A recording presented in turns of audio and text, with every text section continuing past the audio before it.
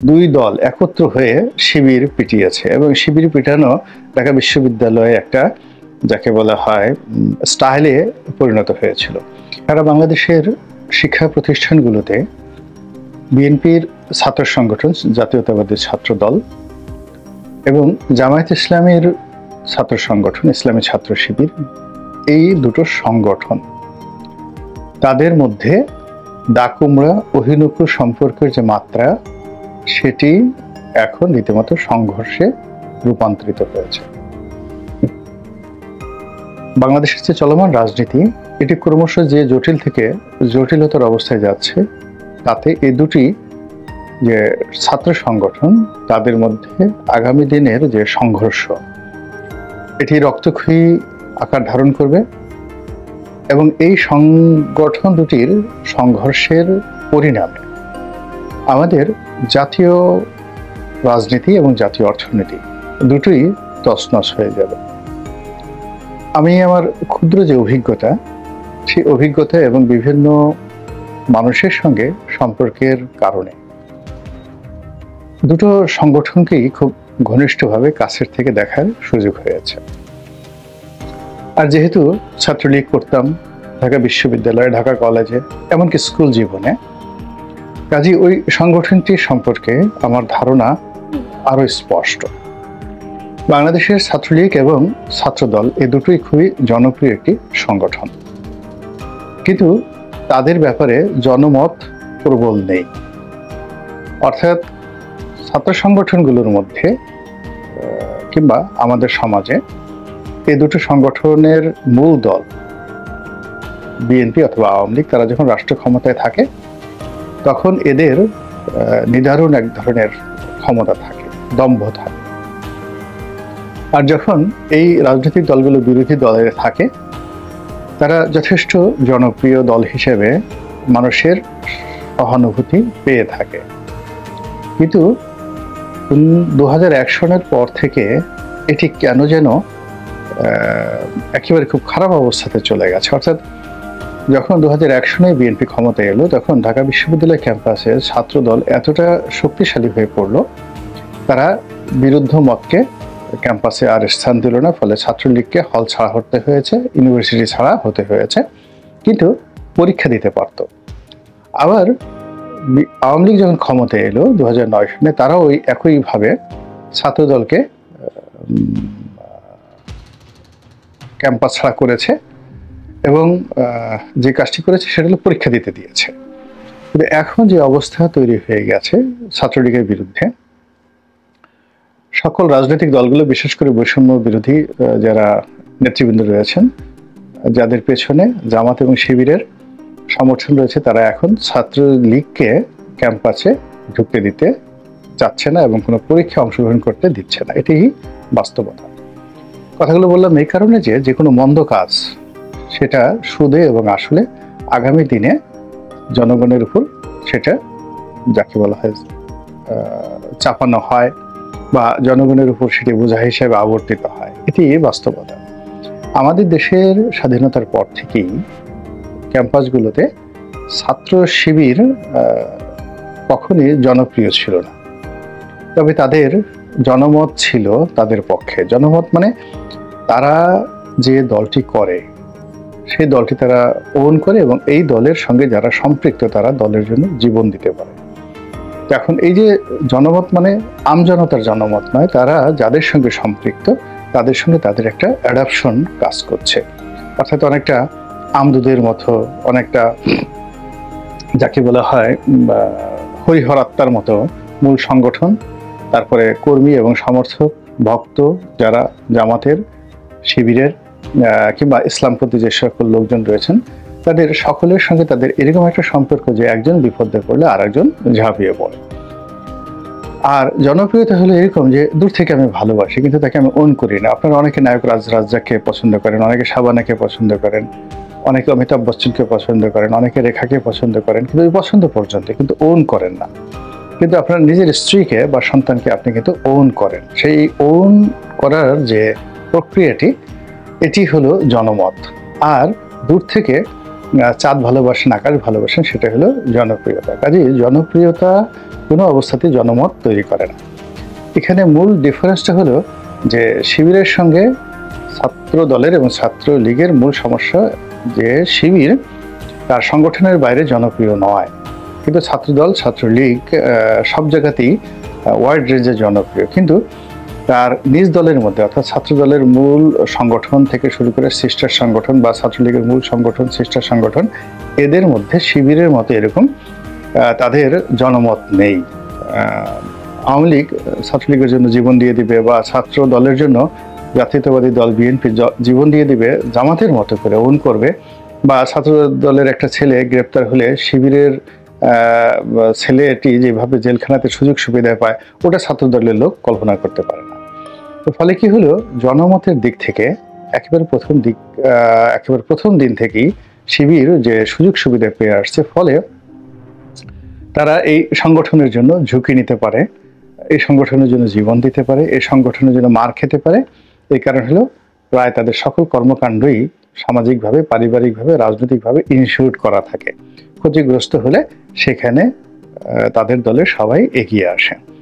ফলে শিবির তাদের এই যোগ্যতা নিয়ে ক্ষেত্র বিশেষে চট্টগ্রাম বিশ্ববিদ্যালয়ে বিভিন্ন সময় তারা হানাহানিতে গিয়েছে, রাজশাহী বিশ্ববিদ্যালয়ে তারা একক আধিপত্য বিস্তার করেছে। কিন্তু ঢাকা বিশ্ববিদ্যালয় কিংবা অন্যান্য বিশ্ববিদ্যালয়গুলোতে তারা কখনোই ছাত্রদল কিংবা ছাত্র লীগের সঙ্গে কনফ্রন্টেশনে কখনো আসেনি। তারা সবসময় মার খেয়েছে, মার খেতে গিয়ে কখনো ছাত্রদলের হাতে মার খেয়েছে, তারপরে ছাত্রলীগের হাতে মার খেয়েছে, অথবা দুই দল একত্র হয়ে শিবির পিটিয়েছে। এবং শিবির পিটানো ঢাকা বিশ্ববিদ্যালয়ে একটা যাকে বলা হয় স্টাইলে পরিণত হয়েছিল। তো এই জায়গাটি থেকে শিবির বের হওয়ার জন্য, শক্তিমত্তা অর্জন করার জন্য তাদের একটা লং টার্ম প্ল্যান ছিল। এবং সেই প্ল্যানটা আমি 2013 সনে বা 12 সনে আমি শুনেছিলাম এবং এটি যেন তেন লোকের মুখে নয়, মীর কাসিম সাহেবের মুখের থেকে। এবং মীর কাসিম সাহেব যখন জীবিত তখন আবার এই কথা আমি নয়াদিগন্ত পত্রিকাতে লিখেছিলাম। কাজেই মৃত ব্যক্তিকে সাক্ষী রেখে অনেক সময় অনেক লোক অনেক কনফিউজ টাইপের কথাবার্তা বলেন। আমি সাধারণত এই জিনিসগুলোতে যাই না। তো আমি যে কথাগুলো বলছি এটাই নয়াদিগন্ততে ছাপা হয়েছে এবং মীর কাসিম সাহেব তখনও জীবিত ছিলেন। তো তিনি আমাকে একদিন বললেন যে আমাদের সকল বিশ্ববিদ্যালয়গুলোতে ব্যাপক প্রস্তুতি রয়েছে, পুলিশ যদি নিরপেক্ষ থাকে তাহলে অন্য জায়গার কথা বাদ, কেবলমাত্র ঢাকা বিশ্ববিদ্যালয়ে আমাদের যে শক্তি রয়েছে সেই শক্তি দিয়ে আমরা ছাত্রলীগ এবং ছাত্র শিবির এই দুটো সংগঠন, ছাত্রলীগ এবং ছাত্র দল এই দুটো সংগঠনকে আমরা 1 ঘন্টার মধ্যে ক্যাম্পাস ছাড়া করতে পারি। তো উনি এই কথা বলেছেন 2013 সনে বা 12 সনে। আর এখন 2025 সনে আপনারা বুঝতে পারছেন যে সেই সময়ের চাইতে অন্তত 100 গুণ বেশি অর্থবিত্ত শক্তিমত্তার অধিকারী ইসলামী ছাত্র শিবির, এবং একই সঙ্গে তারা সুসংগঠিত এবং এই মুহূর্তে রাষ্ট্রশক্তির একটা বিরাট অংশ তাদের পক্ষে। তো কাজেই যে মারামারিগুলো হচ্ছে বিভিন্ন জায়গাতে, এগুলোতে ঐতিহ্যবাহী যে দুটো দল ছাত্রলীগ এবং ছাত্রদল, তারা পৃথক পৃথকভাবে শিবিরের হাতে মার খাওয়ার সম্ভাবনা খুব বেশি। এমনকি যদি ছাত্রলীগ এবং ছাত্রদল তারা একত্র হয় সেক্ষেত্রে 2-4টি ব্যাটেল বা 2-4টি যুদ্ধতে তারা জয়লাভ করলেও করতে পারে, কিন্তু দীর্ঘমেয়াদে তারা টিকে থাকতে পারবে না। এর কারণ হলো ছাত্রলীগকে ব্যাক দেওয়ার মতো কোনো শক্তি এই মুহূর্তে বাংলাদেশে নেই এবং আগামী 2-4-5 বছরও হবে না। আর সেখানে ছাত্রলীগের যারা নেতৃবৃন্দ নিজেদের শক্তিমত্তায় তাদেরকে জেল জুলুম, হুলিয়া, মারামারি, কাটাকাটি, ক্ষতিপূরণ, হাসপাতালে ভর্তি সবগুলো তাদেরকে মোকাবেলা করতে হবে। এবং একই সঙ্গে ছাত্রদলের অবস্থাও তদ্রূপ। এখানে ছাত্রদলের যারা আছেন তারাও মূল দল থেকে সাহায্য পাবেন, সহযোগিতা পাবেন, তাদেরকে অর্থনৈতিকভাবে সহযোগিতা করবে বা তাদের পক্ষে একটা টেলিফোন উঠিয়ে তারপরে একটা কথা বলবেন কোনো একটা সরকারি অফিসে, আর সেই বিএনপি নেতার কথা মতো ছাত্রদল নেতাদেরকে পুলিশ ছেড়ে দেবে, এরকম অবস্থা এখন পর্যন্ত বাংলাদেশে তৈরি হয়নি। কিংবা ধরুন জামাতের যে সকল নেতৃবৃন্দ এই মুহূর্তে খুব স্টার পর্যায়ে রয়েছেন, যেমন গোলাম পরওয়ার সাহেব স্টার হয়ে গেছেন, মিজানুর রহমান আজাহারি স্টার হয়ে গেছেন, জামাতের আমির সুপারস্টার হয়ে গেছেন, তারপরে ডক্টর মাসুদ তিনিও এখন স্টার। এর বাইরে হামিদুর রহমান আজাদ রয়েছেন, সেলিম উদ্দিন সাহেব রয়েছেন, তারা সবাই মোটামুটি স্টার পলিটিক্সিয়ান হয়ে গেছেন এই ঢাকা শহরে। এখন এই যে কজন নাম বললাম, এরপর আরও অনেকে হয়তো আছেন, তারা কোনো সরকারি অফিসে গেলে, কোথাও টেলিফোন করলে, কোনো পাবলিক প্লেসে দাঁড়ালে যে ইমেজ তৈরি হয়, ঠিক সেই সমপর্যায়ের ইমেজ অন্য কোনো রাজনৈতিক দলের নেতাদের মধ্যে এই মুহূর্তে নেই। আওয়ামী লীগের লোকজন তো দাঁড়াতেই পারবেন না। আর বিএনপির যারা আছেন, আপনি একটু পাশাপাশি চিন্তা করেন তো, রিজভী সাহেব দাঁড়িয়ে আছেন, আর আমিরে জামাত দাঁড়িয়ে আছেন, অথবা ধরুন মির্জা আব্বাস সাহেব দাঁড়িয়ে আছেন, অথবা আমিরে জামাত দাঁড়িয়ে আছেন। সেখানে আপনার কাছে কি মনে হয় যে এখনকার যে পার্সপেক্টিভ রয়েছে, সেই প্রেক্ষাপটে বা পার্সপেক্টিভে কার দিকে আপনার দৃষ্টি নিবদ্ধ হবে, বা মাইক নিয়ে কার কথা শোনার জন্য লোকজন এগিয়ে যাবে, এবং সাধারণ যারা জনতা কার দিকে দৃষ্টি ফেরাবে? সময় এখন যেহেতু জামাত এবং শিবিরের দিকে চলে গেছে, ফলেই তাদের সঙ্গে যদি আপনাকে সংঘাত করতে হয়, তাহলে আপনাকে ম্যাটিকুলাসলি, যেটা ডক্টর মোহাম্মদ ইউনূসের সেই বিখ্যাত কথা, ম্যাটিকুলাসলি আপনাকে প্ল্যান করতে হবে, তারপর শেষে পরিকল্পনা করতে হবে, তারপর প্রস্তুতি নিতে হবে, বিনিয়োগ করতে হবে, এবং ট্রেনিং লাগবে, যথেষ্ট লেফট রাইট করার মতো ট্রেনিং লাগবে। এখন জামাত শিবির এই গত 15 বছর ধরে দৌড়ানো, দৌড় থেকে বের হয়ে মিছিল করা, আপনি দেখুন জামাত শিবিরকে নিয়ে অনেক হাসাহাসি করত। তো জামাত শিবির গত 15 বছরে অনেকগুলো মিছিল মিটিং করেছেন। তাদের সেই মিছিল মিটিং তারা হুট করে ঝটিকা মিছিল মিটিং করেছেন, কিন্তু সেই মিছিল মিটিংয়ে দেখা গেল যে অনেক লোক হতো, প্রচুর লোক হতো, আবার তারা সেই মিছিল মিটিং করে পালিয়ে যেত, আবার তারা ধরা পড়তো, 1 মাসের মধ্যে তারা কিন্তু বের হয়ে যেত। এখন উল্টো যদি বিএনপির দিকে চিন্তা করেন, যে এমন ঘটনা হয়ে গেছে, রিজভী সাহেব 4-5 জন মহিলাকে নিয়ে পল্টন অফিসের সামনে মিছিল করেছেন, লোক পাওয়া যায়নি। তিনি ঝটিকা মিছিল করার জন্য মিরপুরে গেছেন, কিন্তু 10-12 জনের বেশি লোক হয়নি। তো সেই তুলনায় বিরূপ সময়ে বিএনপির যে ফাইটিং টেন্ডেন্সি এবং জামাত শিবিরের যে ফাইট করার যে দক্ষতা, এ দুটো আপনি তুলনা করেন। আবার এই যে সুসময় এসেছে, এই সুসময়টি জামাত শিবির যেভাবে ব্যবহার করতে পেরেছে, সরকারি অফিসে, বেসরকারি অফিসে, আইন আদালতে, সব জায়গাতে, সেটা বিএনপি এখন পর্যন্ত তার ধারের কাছেও যেতে পারেনি। তো সেই অবস্থাতে যদি শিবিরের সঙ্গে আপনাকে মারামারি করতে হয়, তাহলে আগে শিবিরকে বুঝতে হবে। এখন শিবিরের কি বুঝবেন আপনি? শিবিরের 10% আপনি দেখতে পাবেন, 90%ও তাদের যাকে বলা হয় মুখ দেখা যায় না। বিভিন্ন অফিসে চাকরি করছে, ইউনিভার্সিটি 2nd ইয়ারে 3rd ইয়ারে পড়ে, কিন্তু তারা চাকরি করছে, অর্থনৈতিকভাবে স্বাবলম্বী। আর ছাত্রদলের যে ছেলেটা, সে তো সেই কাজগুলো করছে না, সে বাপের টাকা দিয়ে চলছে। তারপরে শেষে যারা দুষ্ট লোক, তারা চাঁদাবাজি করছে, ফলে এখানে তো সাম্যতা আসছে না। 2 নম্বর হলো যে তারা বিভিন্ন সংগঠনের মধ্যে, 10 থেকে 12টি সংগঠনের মধ্যে তারা ঢুকে আছে, এবং আপনি তাদেরকে দেখে বুঝতে পারবেন না যে এরা শিবিরের লোক। আপনি ঢাকা বিশ্ববিদ্যালয়ের এই যে কোটা বিরোধী আন্দোলন 2018 থেকে এখন পর্যন্ত, সেই কোটা বিরোধী আন্দোলনে জামাত শিবিরের ইনভেস্টমেন্ট কত, সেই তুলনায় বিএনপির ইনভেস্টমেন্ট কত?